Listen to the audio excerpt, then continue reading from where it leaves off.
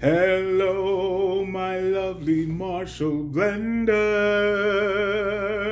How are you?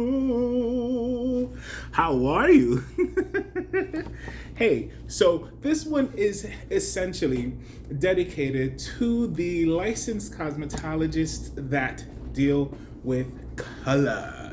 My name is Marshall Blends, Hair and Fragrance. I have two pages, Marshall's Blends Hair, Marshall's Blends Fragrance. I absolutely love fragrance. Today's scent of the day, I will give a shout out for Marshmallow Moment by The Elementals.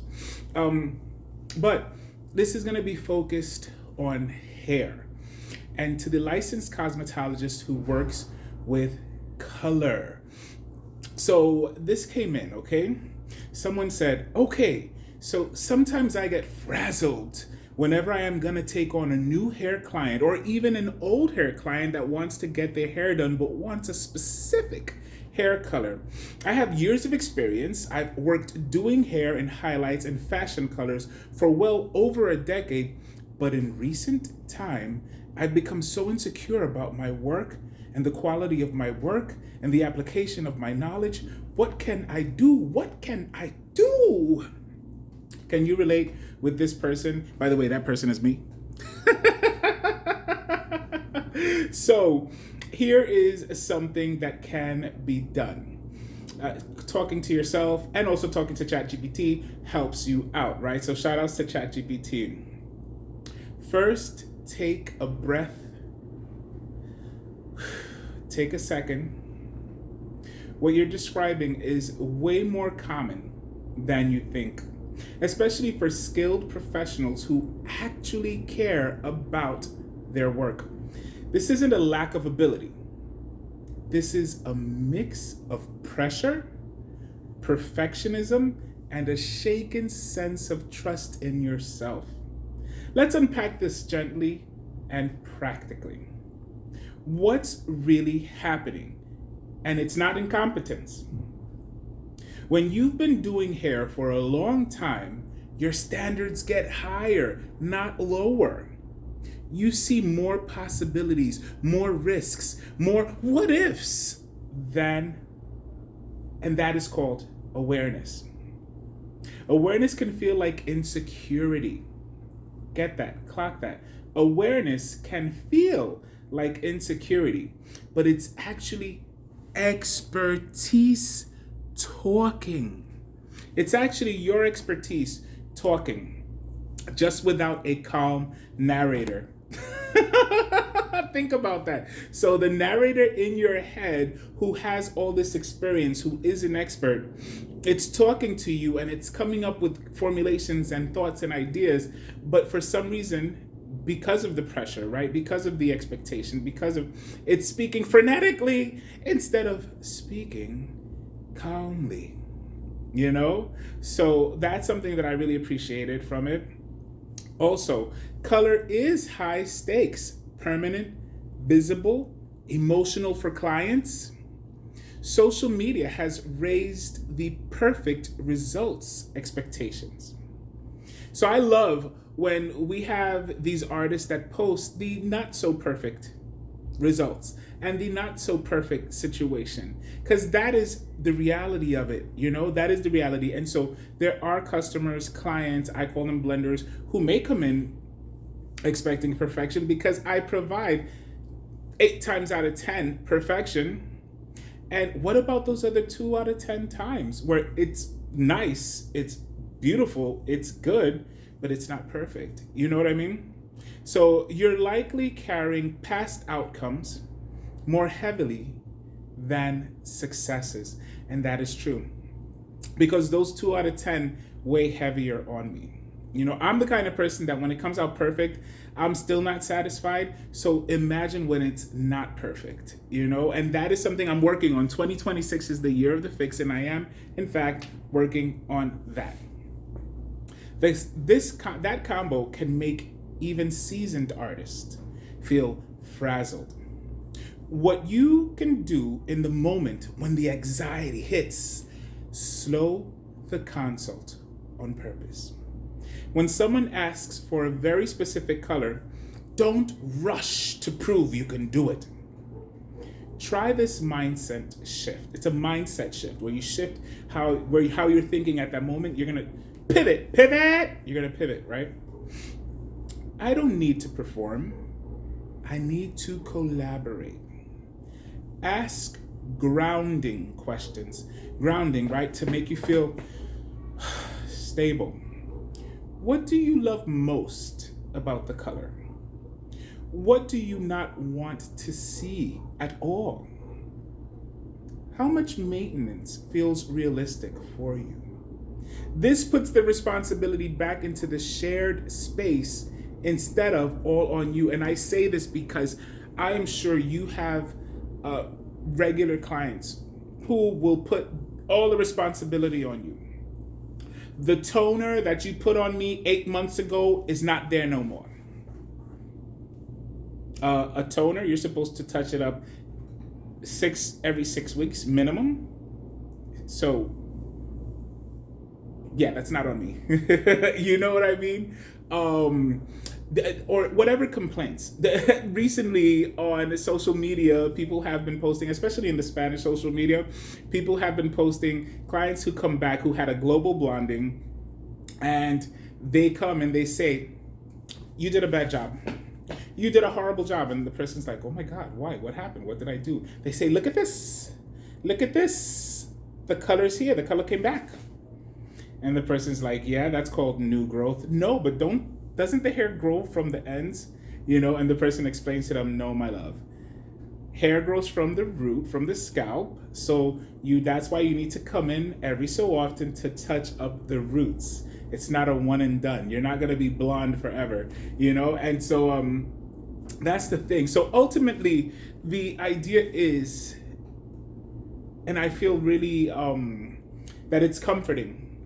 You're feeling, or my feeling, or our feeling, frazzled sometimes when it comes to doing a highlight service or doing a color service or even a silk press service, right? Feeling frazzled, it's actually a good thing because it's your expertise talking. Just modify the voice, Instead of feeling like, oh my God, what am I going to do? I can do this and I can do that and I can do that. Let it be that you calm the voice down. So take 3 seconds to breathe in and breathe out. Ask your voice to calm down in your mind. And ask your voice to say the things that you can do. So if it's a color, you say, well, you know what? Let's say it's a highlighting service, right? I don't even call them, I don't say baby lights or whatever or balayage. I tell them it's a custom color service, right? So you see the person's hair and it's going to be a color correction. And it's not going to be just highlighting because they haven't been to you for so long. And so that is a color correction because the ends have color where the new growth does not. So now you are going to have to mix different leveled developers for the different sections of the hair. So that is a color correction. So that you tell yourself, okay, so this is what I'm going to have to do. And if you need to write it down, write it down. The other thing is we saw questions that you can ask that now put the onus back where it belongs, which is between the two of you. Your job as the professional is to do the job safely. Their job as the wearer is to maintain it. So now how can they maintain it? You must educate them, right? But that's all you can do is educate them. It's up to them to follow that rule. One thing I'll tell you, like for example, silk presses. I used to get so disappointed because people would be like, oh, it didn't last. But did you take a hot shower when I told you no steam? You need to avoid steam. Did you put a plastic cap on your head when you were told, don't put a plastic cap on your head, use a silk or satin? When it comes to the toner, are you using hot water? When your hair is toned and you have blonde hair, you do not use hot water because that toning is gonna last you maybe 2 weeks. It'll be washed out because the hot water washes out the toner. So it's so those are things that then helps you to be able to be less excuse me, less frazzled. So that was something I was really happy. Another advice that it gave was create a repeatable color ritual. Anxiety hates structure. Confidence loves structure. So before every color, write the formula down, even if you know it. Say your plan out loud, even just to yourself. So say, okay, I'm gonna use a 10 volume for the ends. I'm gonna use a 20 volume for the new growth area. I'm going to be using a balayage. I'm going to be using an air touch, and I'm going to be using baby lights. So just tell yourself what you're going to be doing. Separate skill from emotion. Right now, they're tangled. Your skill and emotion are tangled, and that's what creates a frazzle. Try asking yourself, what do I know how to do technically? Like, what am I really good at? What am I feeling emotionally? Feeling fluctuate.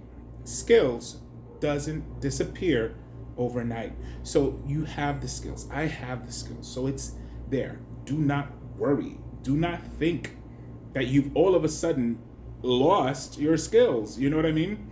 Clearly, if you've had a situation that occurred, I get it, but then you should be recovering and then re-getting your skills. That's for another conversation. What to do longer term to rebuild the confidence? The confidence? Re-anchor yourself in evidence. Your brain is ignoring your resume. Do this exercise. Write down 10 color services you've done that turned out well.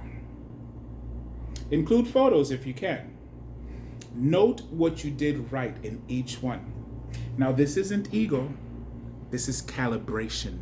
So if somebody tries to tell you, oh my God, that's ego, that's you not being humble, shut up and get the heck out of here, because I'm recalibrating and you have nothing to put in here. So yes, recalibrate, and don't tell yourself, I'm the best. No, you need to be honest with yourself. You need to be, I'm solid in this. I'm good at this. I'm gonna have to take a class to strengthen this, So that's kind of what it says. Allow yourself to be a student again without shame. Even masters sharpen blades. Take one advanced color class just for you. Practice formulas on mannequins and swatches. Watch one trusted educator and ignore the rest. In other words, don't feel like you got to take classes from everybody, pay classes from everybody. No, you pick the one, that's it, and be strengthened, okay? And you don't necessarily have to pay for the class. You can do some on YouTube. Behind the Chair does some free classes. What's the other ones? Honestly, Life of Lisa, she does some awesome videos of her doing some work. She does also have a course you can take. Sam Villa, there's so many different people you can look at. I have videos too that you can look at, and it's sometimes they're a how-to, and usually they're just a visual tutorial so you can observe and see what I've done for color corrections and things like that. Okay, learning by choice restores power. Learning out of fear drains it.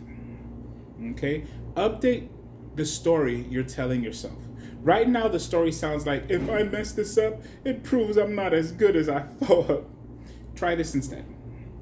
I'm a professional who plans carefully, communicates clearly, and adjusts, pivots when needed. Confidence isn't, I won't mess up. Confidence is, I know how to handle it if I do. One loving truth, and I want you to hear this: people who are bad at what they do don't worry about quality. They don't reflect. They don't question themselves. You do, because you're invested experience and conscientious. You're not losing your touch. You're standing in a new level of awareness, and that face feels shaky before it feels solid. All right, so that's it. I wanted to share that with you guys. I hope there is some benefit for you of it. All right, so if anything, goodbye, my my lovely Marshall blenders.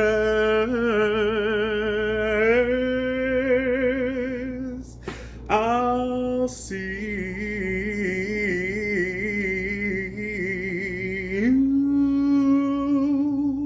you soon.